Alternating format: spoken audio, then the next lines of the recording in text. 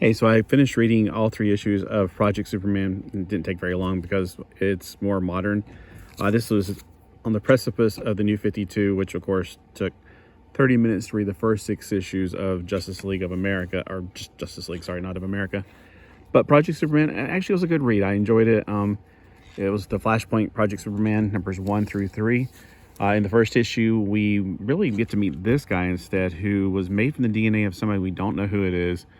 I thought it was Superman at first, but it was 40 years ago. So I'm like, I don't know. I mean, so 40 years prior to 2011 would be what, 1971? Anyway, I don't know if they're meant 40 years ago from this, or probably. Anyway, at the very end, we get to find out that he's being locked away, and then the focus is shifting on this guy right here, who is, we found out in this issue, is Cal. He is Superman who landed on Earth 9 years prior to, I think, gosh, this is confusing. Okay, so this got up to like 30, it went from 40 years ago to 37 years ago, and then Kal-El came around 20 years ago. I'm already starting to lose the timeline here. It's confusing.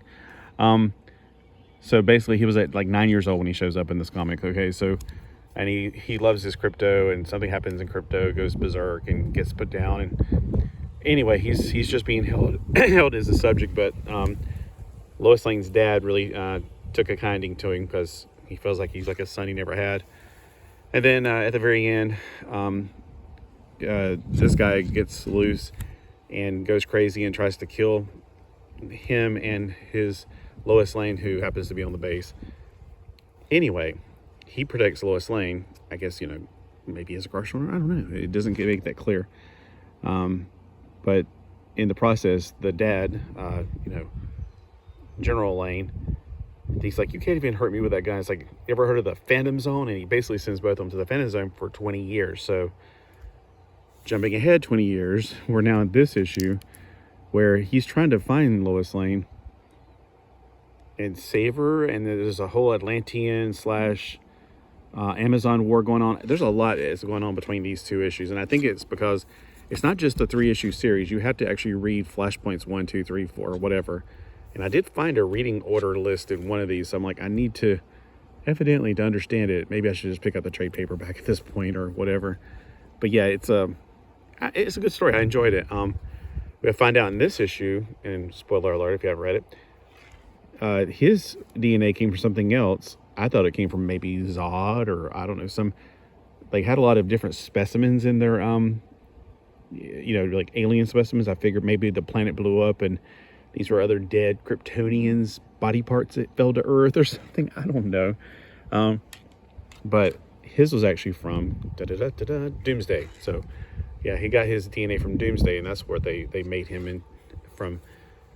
Kind of like the whole, you ever read the 1996 amalgam comics where they took the DNA of an alien Kryptonian to made it into, Project Superman. This is kind of like they're borrowed from that for the Captain America / Superman amalgam, which was, oh my gosh, I'm beginning to forget. It's like Super Soldier. And it's like Captain something, no, Super Soldier. So it's kind of got that kind of vibe to it. All right, so anyway, so Project Superman number 3, there's a whole bunch of stuff that happened between these 2 issues. So I mean, it's like I could follow the story. I mean, it's just that, man, you're missing a lot. By this point, I guess maybe the Athenians, the Atlanteans and the Amazons, not Athenians, Amazons. They did say something about like we're the Athenian group or something, like they have different groups, and the last part of it's really reminiscent of something from Crisis on Infinite Earths.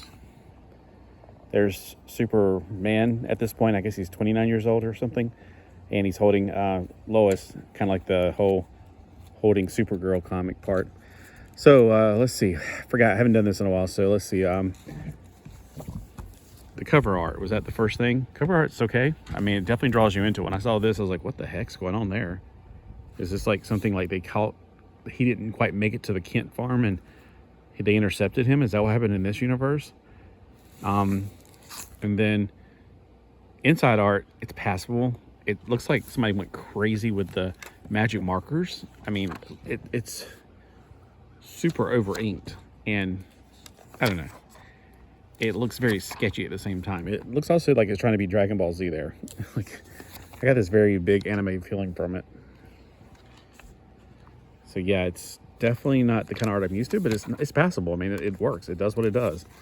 The story itself, I give it a passing. I give it an A, maybe B. I don't know. I mean, I wish it was more self-contained, but at the same time, it's not like I can't follow it. I can definitely follow it, but it makes me wonder, like, when it shows some things in here, the art's a bit gross on some of these. So they're showing like dead bodies, which is like, ugh. And even he creeps out about it. Where does it show that? It's like when he's trying to find Lois, he's walking by, or he's flying by these dead bodies. He's like, ugh, gross. There it is. Like, that right there is disgusting. That's like something from The Walking Dead, and he's disgusted by it. So yeah, it's pretty interesting. And in this issue, they're starting to announce all the different, you know, New 52 comics, New 52, all these new number ones, get number ones, New 52. So evidently this, you know, not only is this number 3 right before we go into the New 52, but we're right at the end. So I can't remember off the top of my head when the New 52 took over, but this is October 2021 or 2011. All right. The overall premise was really good. I really enjoyed it. It kept me wanting to read the next issue and the next issue and the next issue. It's like, when I got to this, like, what the heck's going on with that? Oh my gosh, I got to find out what's going on. And the whole time I'm sitting there going, wait, who made him? What's his DNA from if it's not from this kid? Because this kid came along later. I thought maybe at the whole time he was just in some other tank, but no, he came along later. They even say that. And they even kind of, and also the woman with the hood on looks like Professor X from the modern X-Men movie or X-Men comics with the big dome on his head the whole time. Like he's I want to call him Pinball Head or something, but it ends up being Medusa. Like, oh my gosh, what a twist right there. Yeah, it's a lot of interesting twists going on in here. So overall, man, I want to read more and more of the flashpoints. Now, some of the things that happened before this issue happened in the Lois Lane and Resistance. So it went from here. I feel like this happened well before the flashpoint. Like, this was all pre-flashpoint, and then this was right in the flashpoint. So if you want to read it in order, I would read these two first, and then I'd read a whole bunch of flashpoint, then I'd read this. And I think there is, now I got one hand free because I'm not using a tripod out here. I think there is a reading thing, and I definitely probably need to take a snapshot of that and try to see if I can find more issues to read in that order. I don't know. I mean, it was fine reading like this, but eventually I guess I'll piece it all together in my head. Oh boy. Let's see if I can do this. There was one guy, he couldn't. Now that was him. And it was also, I think it makes a great statement about him being a Zen Buddhist and being all about peace, and then him losing his mind. So it's like, when you think you can control yourself, there's the Professor X looking girl. There's his tattoos. So he's like the Captain Rogers that got the DNA infusion, and he's a wimp right now, and he's all like, I'm about Zen Buddhism, and I am about peace and disattachment and Jedi crap. And then he becomes like maniacal, I want to kill the entire world. Blah. So I think it talks to the social issue of that, you know, that we can say what we want to, but until we actually live what we're saying, it ain't nothing. 27 years ago, see, that's one thing. Oh, it's probably toward the back. But I think it definitely talks to the whole concept of you can walk the walk. Here's what happened at the end. It made me, oh my gosh, and I gotta read the next issue, because Kal-El he wasn't his DNA, obviously, because there's Kal-El right there.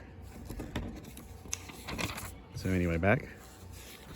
But you can talk the talk, can you walk the walk? Here it goes.